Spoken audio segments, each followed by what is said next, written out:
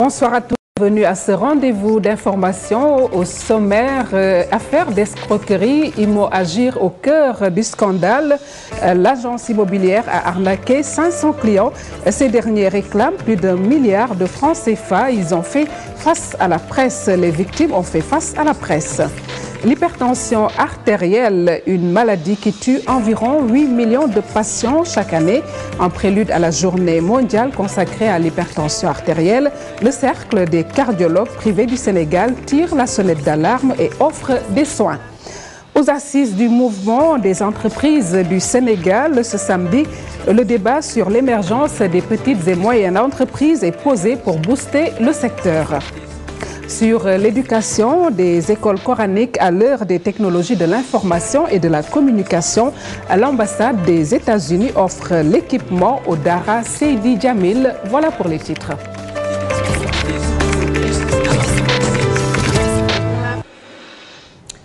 Affaire d'escroquerie, l'agence immobilière Imo agir au cœur de l'arnaque. 500 plaignants demandent que justice soit faite dans les plus brefs délais. Le propriétaire de l'entreprise immobilière est déjà entre les mains de la justice. Les victimes face à la presse estiment leur perte à 1 milliard de francs CFA. Compte rendu Aminata Mbaressaw à Tanarba. Le collectif des clients victimes de la société Agir Imo compte près de 500 personnes.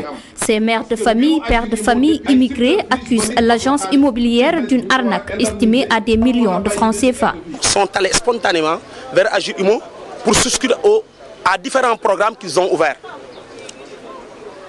Et il fallait verser un acompte pour ensuite verser mensuellement une somme minimale de 35 000 francs par mois. C'est ce que certains ont fait.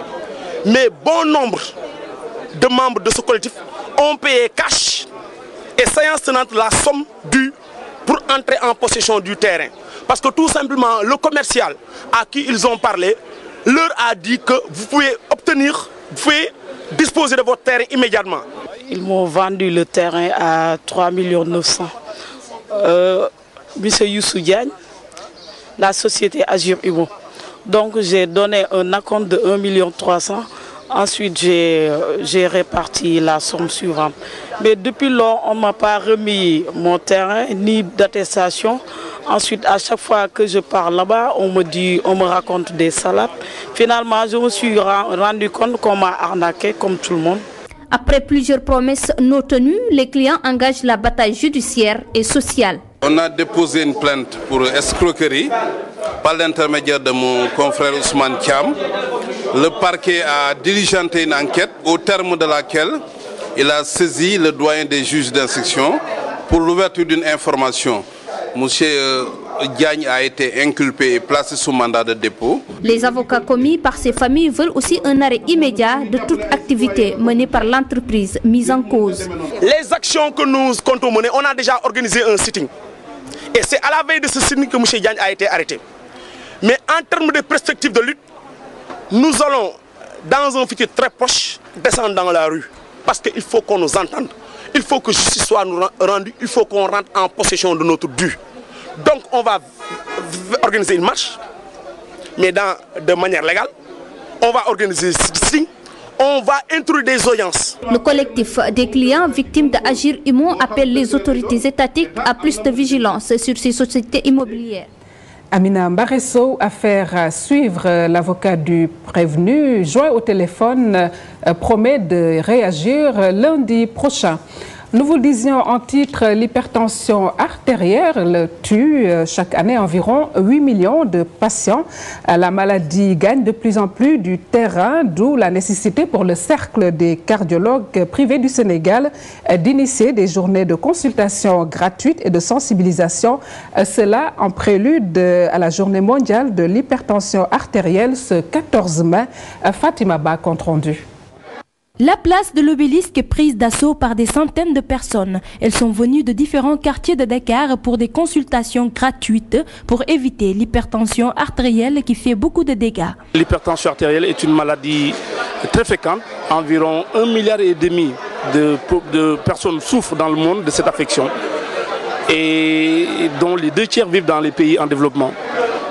Et donc cette maladie est responsable d'une mortalité importante. Il y a plus de 7 à 8 millions de décès par année dans le monde.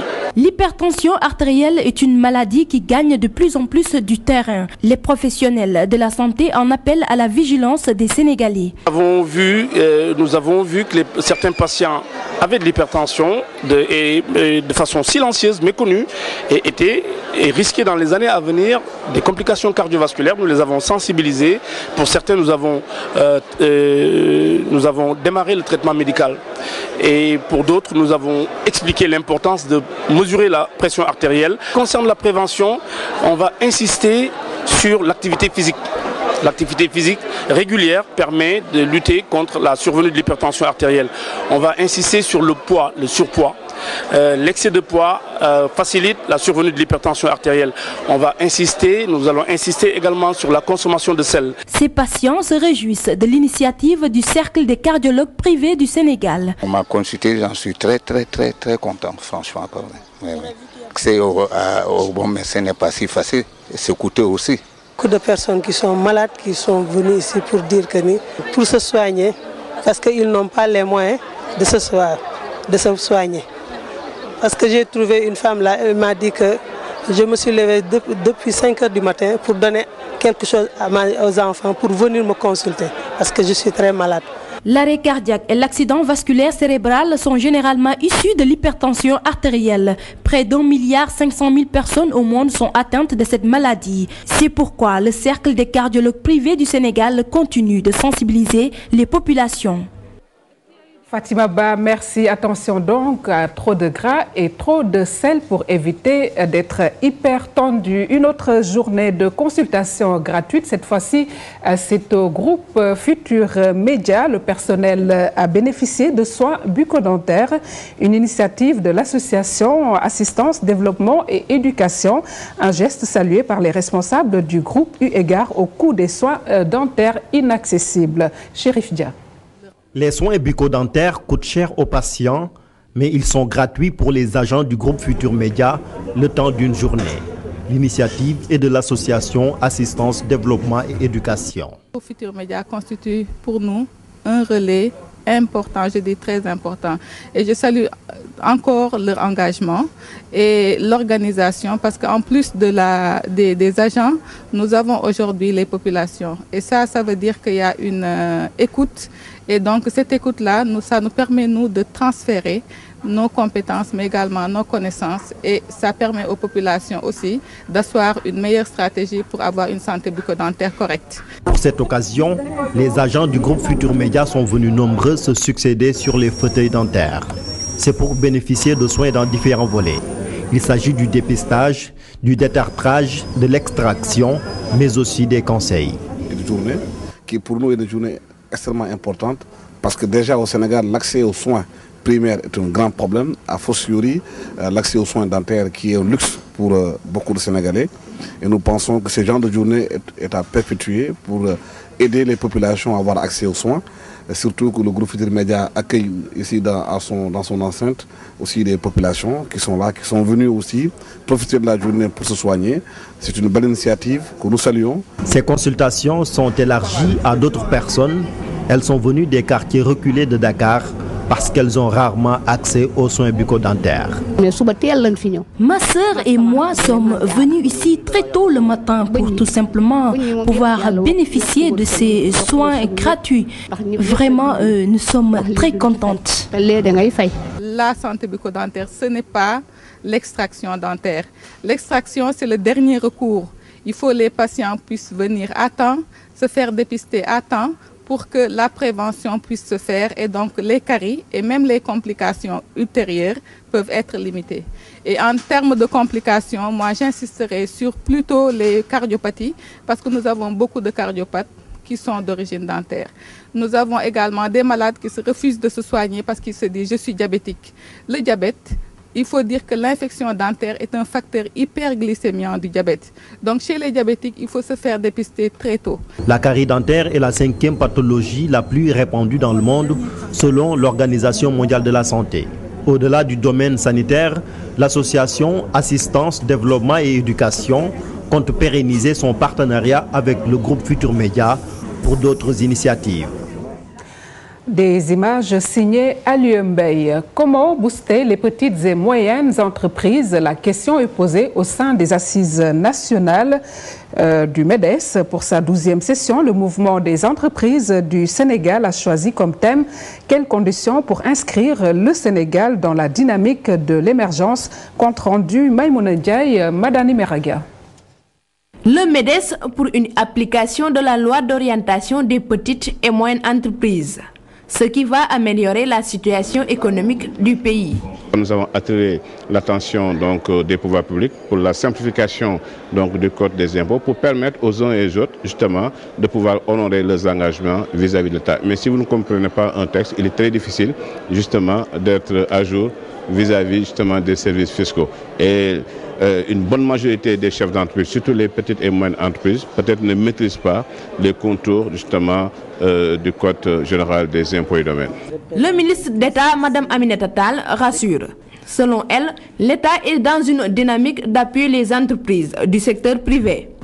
La génération qui appelle l'existence d'emplois rémunérateurs n'est possible en effet qu'avec la présence et l'engagement d'opérateurs économiques dynamiques, résolument tournés vers l'innovation, vous l'avez encore dit, et maîtrisant les nouveaux outils de gestion et de management. Il appartient alors au gouvernement que nous représentons tous ici de créer les conditions idéales pour l'épanouissement de l'initiative privée avec, bien entendu, un environnement des affaires assaini, vous l'avez réclamé, et une justice diligente et transparente. Cette année, le mouvement des entreprises du Sénégal entend bâtir une communauté des PME et PMI. L'objectif est d'assurer une intégration économique soutenue du Sénégal d'ici à l'horizon 2015. Sur l'éducation à présent, des écoles coraniques à l'heure des technologies de l'information et de la communication, l'ambassade des États-Unis a remis un don de matériel informatique et d'équipement à la fondation Seydi Djamil de Serigne Mansour Sy Djamil, une manière de moderniser ces établissements, mais aussi de renforcer les relations sénégalo-américaines, selon l'ambassadeur des États-Unis, Lewis Luken, qui est au micro de Marie-Christine Mendy de Diafaraba. La mission américaine suit les efforts de la fondation Seydi Djamil depuis l'ouverture de ce Dara. Comme vous le savez, ce Dara est opérationnel depuis plusieurs mois et bien que discret, les fondateurs et administrateurs ont travaillé dur pour se procurer tout le matériel de bureau et le matériel pédagogique qui permettront à l'école d'optimiser son efficacité et d'améliorer ses résultats.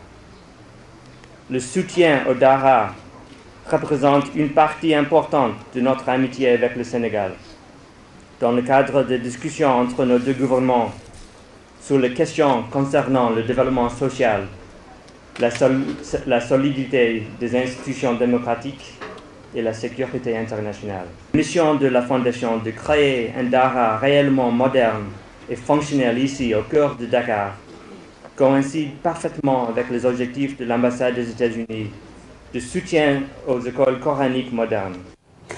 Réduction du train de vie de l'État, mais aussi de celle du coût de la vie, une promesse électorale que les cadres de l'APR veulent traduire en actes. Ils ont fait face à la presse. Écoutons le coordonnateur des cadres de l'Alliance pour la République. Il est ici au micro de Marie-Christine Mendy, je parle de Morgom. D'abord, l'évaluation, c'est que nous avions une offre que nous avons proposée aux Sénégalais, qui dans leur majorité l'ont accepté. Aujourd'hui, je crois qu'il est de notre ressort de prendre en charge, mais avec humilité et responsabilité, l'acceptation de cette offre. Parce que nous devons de traduire en acte cette offre qui était plus ou moins, bon, à la limite, elle était écrite, elle était verbale. Aujourd'hui, nous passons à l'acte. C'est quoi d'abord? La réduction du train de vie de l'État. Je crois que un gouvernement de 25 membres, je crois que la réduction de 45 agences, pour ne citer que ces actes-là, sans compter maintenant la réduction des denrées de première nécessité. Avant d'accueillir Papa Blaider pour la page des sports, nous parlons de l'association sénégalo-guinéenne et AMI, une structure qui est portée sur les fonds baptismaux ce week-end à Dakar. Objectif, venir en aide aux ressortissants de Guinéens vivant au Sénégal pour fuir la crise sociopolitique de leur pays d'origine. Mamami Sakho, président de l'association, est ici au micro de Chérif Dia et de Yaya Diallo. Nous pensons associer toute la communauté guinéenne, celle qui vit au Sénégal, qui vit en conformité des lois et règlements de ces pays. Nous avons associé à notre projet des médecins, des chefs d'entreprise, d'intellectuels, de commerçants, et tous vont tourner autour de cette association pour œuvrer ensemble dans l'unité. Comme vous le savez, c'est un projet multiculturel qui, au-delà du Sénégal et de la Guinée, va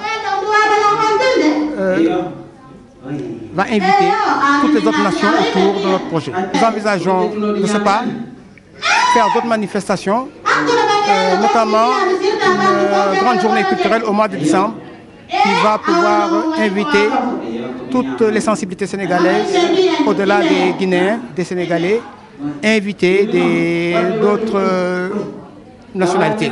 Ensemble, nous bâtirons un modèle de nation. Comme vous le savez, notre devise, c'est des nations, une famille, des amis. Et nous en venons à l'actualité sportive sur ce plateau avec moi, Pape Abdoulaye Der. Bonsoir. Bonsoir, Ndeye Fatou. Alors, le football sénégalais en deuil, et cela se ressent puisque toutes les compétitions sont suspendues ce week-end. Ainsi, les 14e et dernières journées des Ligues 1 et 2 sont reportées au samedi 19 et dimanche 20 mai prochain. La dépouille mortelle de Jules Bocandé, puisque c'est de lui qu'il s'agit, Jules Bocandé, donc sa dépouille est attendue à Dakar ce lundi. Un hommage lui sera rendu le mardi avant l'acheminement du corps à Ziguinchor où l'enterrement est prévu le mercredi. Et nous reparlons aussi de la défection de Pierre Lechantre, le technicien français éphémère, coach des Lions du Sénégal. L'impasse est vite arrivée dans une signature de contrat de travail, comme l'indique le professeur Abdoulaye Sakho. Sakho plutôt, donc autant pour moi, le professeur Abdoulaye Sakho, agrégé en droit, qui suggère que la fédération devrait avoir un manager général, la fédération de football, pour pallier justement ce genre de problème. Le professeur Abdoulaye Sakho, suivons-le avec Cheikh Sadibou Diarra à la caméra. Madani Marega. La fédération est aujourd'hui à un niveau où il y a possibilité, peut-être, je dis bien, d'avoir un manager général. Comme on dit de manière globale, dans les structures organisées, dans les clubs, il y a des managers généraux qui n'ont peut-être rien à voir avec tel ou tel. Aujourd'hui, si le Sénégal peut-être fonctionnait très très bien du point de vue des différentes structures qu'on a, peut-être que la DTN aurait quelque chose à dire. Mais quand la DTN va jusqu'à dire qu'elle n'a pas été associée, cela pose également un problème. Donc il y a quelque chose qui est là, qui peut-être est le fait moins des textes, des structures, des procédures que des hommes. C'est peut-être un problème d'hommes. On part en Europe pour parler des DER. Ce dimanche, presque pour tous les championnats, sauf en France, où il reste encore 2 journées à disputer. Montpellier de Souleymane Camara peut être sacré en cas de succès, si toutefois le PSG ne réussit ou ne fait pas une bonne performance face à Rennes, alors que Montpellier reçoit Lille, actuelle 3e de la Ligue 1 française. En Angleterre, Manchester City va faire face aussi à Queen's Park Rangers, et en cas de victoire, les Citizens vont être sacrés. Manchester United, pendant ce temps, deuxième au classement, se déplace à Sunderland en Espagne. On connaît déjà le champion, le Real de Madrid, suivi du FC Barcelone. En Allemagne, le Borussia Dortmund réussit le doublé. Cet après-midi, Dortmund a battu le Bayern, son dauphin au classement. 5-2, score donc sans appel en finale de la Coupe d'Allemagne. Automobile pour terminer avec le coup d'envoi ce samedi des 6 heures de Dakar, mais c'est sur le circuit de Sindia, une compétition qui enregistre la participation d'une vingtaine d'équipages. Nous y reviendrons dans nos prochaines éditions et magazines. C'est promis. Ndeye Fatou, c'était là l'essentiel pour les sports. Chose promise, chose due, Papa Bleider. Merci en tout cas et bon week-end à tous. Mesdames, Messieurs, également, c'est la fin de cette édition. Merci de l'avoir suivi. Merci à toute l'équipe technique de Pierre Da Silva, mais aussi rédactionnelle avec Chérif Dia pour la réalisation. Bonne suite des programmes avec la télévision Futur Média.